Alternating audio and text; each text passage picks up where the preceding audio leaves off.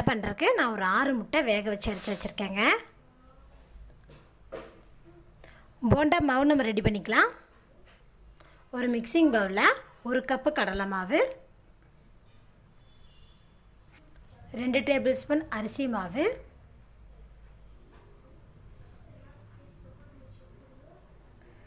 மிளகாய்த்தூள் ஒரு 1 table spoon, மல்லித்தூள் ஒரு 1/2 டேபிள் ஸ்பூன், ஜீரகத்தூள் ஒரு 1/4 டேபிள் ஸ்பூன், மஞ்சத்தூள் கொஞ்சம், தேவையான அளவுக்கு உப்பு, பேக்கிங் சோடா கொஞ்சம், இது கூட கொஞ்சமாக நறுக்கின கொத்தமல்லி தழைகள். இப்போ இதெல்லாம் மிக்ஸ் பண்ணிக்கலாம். பாருங்கள், இது நல்லா மிக்ஸ் பண்ணணும். நம்ம சேர்த்திருக்க மசால் பொடியெல்லாம் சேர்த்திருக்கோம் இல்லைங்களா, அதனால் நல்லா இந்த போண்டா மாவுக்கு நல்ல ஒரு டேஸ்ட்டு கொடுக்கும்.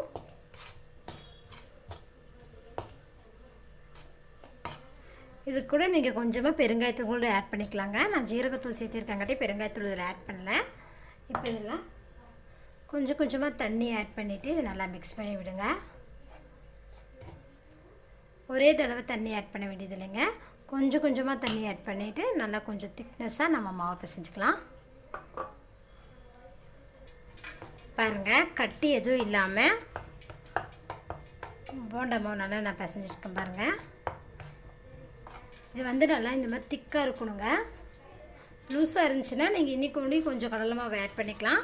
தண்ணி அதிகமாக ஊற்றாமல் கொஞ்சம் கொஞ்சமாக தண்ணி ஆட் பண்ணி இந்த அளவுக்கு நீங்கள் நல்லா மாவு ரெடி பண்ணிக்கோங்க.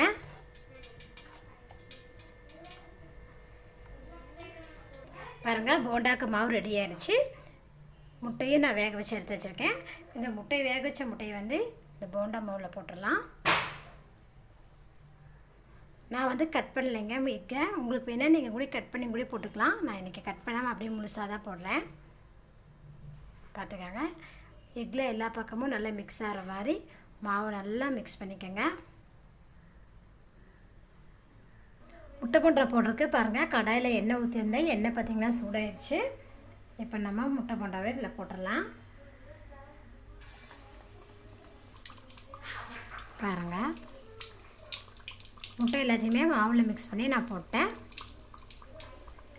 ஃப்ளேம் மீடியம் ஃப்ளேமில் வச்சுட்டு 1 நிமிஷம் கழிச்சிட்டு இதை கொஞ்சம் புரட்டி புரட்டி போடுங்க.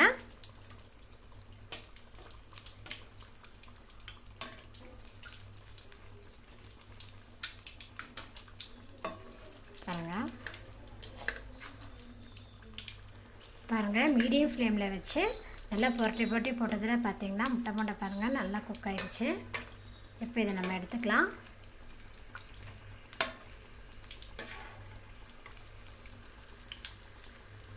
பாருங்கள் ஃப்ரெண்ட்ஸ், சூப்பரான டேஸ்ட்டில் முட்டை போண்டா பண்ணிட்டேன். பாருங்கள், முட்டை போண்டா பண்ணுற மாதிரி இருந்தால் நீங்களும் இது போல் செஞ்சு பாருங்கள். செஞ்சு பார்த்துட்டு உங்கள் கமெண்ட்டை சொல்லுங்கள்.